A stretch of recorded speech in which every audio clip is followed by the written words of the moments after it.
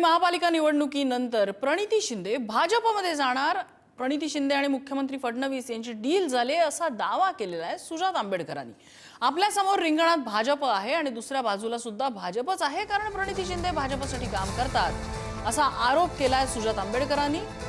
मात्र आमच्याशी प्रणिती शिंदेंचा कुठलाही संपर्क झाला नाही असं त्यावर भाजप नेते बावनकुळे यांनी स्पष्टीकरण दिलं। या निवडणुकीच्याच आधी प्रणिती शिंदे या भाजपमध्ये प्रवेश घेणार होत्या। ऑक्टोबर महिन्यातच घेणार होत्या, बरोबर की नाही? बरोबर। पण त्यांना फडणवीस साहेबांनी सांगितलं थांबा, 3 महत्त्वाच्या निवडणुका येतात, नगरपालिका येते, महानगरपालिका येते आणि जिल्हा परिषदच्या निवडणुका येतात।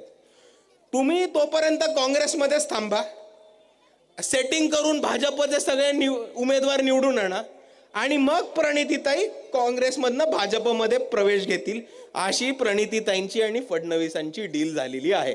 असं आहे की प्रणिती शिंदेजींनी आतापर्यंत कुठेही भाजपमध्ये संपर्क केला नाही, कुठल्याही संपर्कात नाही, कुणाच्याही व्यक्तिमत्वाबद्दल असं विधान करून त्यांच्या पॉलिटिकल कॅरियरला डॅमेज करण्याचा कुठलाही प्रयत्न कोणी करू नये। प्रणिती शिंदेजी यांनी कधीही भाजपच्या कुठल्याही नेत्याशी संपर्क केला नाही।